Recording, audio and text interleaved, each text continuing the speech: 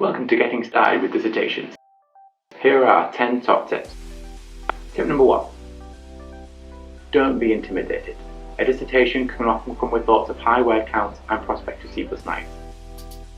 Granted, it's a big piece of work, but it's nothing you can't handle. Planning and organisation is the key. Break it down into sections and then break those sections down into even more manageable chunks. Tip number 2. Plan accordingly to consider other assignments and exams. With dissertations occurring over a longer period of time, you will most likely have other assignments and exams going on. As such, it's important to plan out your time accordingly, calculating the amount of time you will have in each of your sections. Tip number 3. Be prepared to be flexible. A dissertation, particularly in its early stage, will evolve and develop as you go along. As such, change is almost inevitable. Do not think about it as time wasted, rather as a natural part of the process. Tip number 4. Don't compare your pace with the pace of others. It's an exercise that literally yields no benefit and only results in blind panic. The reality is everyone works at different paces, and the scope of your project can have such a big impact on the amount of time that different stages take. Tip number 5. Keep your research organised. You are going to be reading a lot of different academic sources. As such, it's easy to lose track of all the different things you read. Why did you decide to save that particular journal article? How is that reference relevant to the section you're writing? To avoid questions like this, ensure you have the appropriate notes with the associated academic sources listed. Tip number 6. Research and become familiar with the best digital tools to support you and to make your life easier. Doing this can save you so much time and frustration in the long run.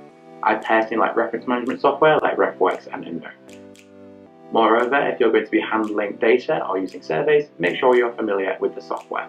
For more information on academic software, see the link provided. Tip number 7.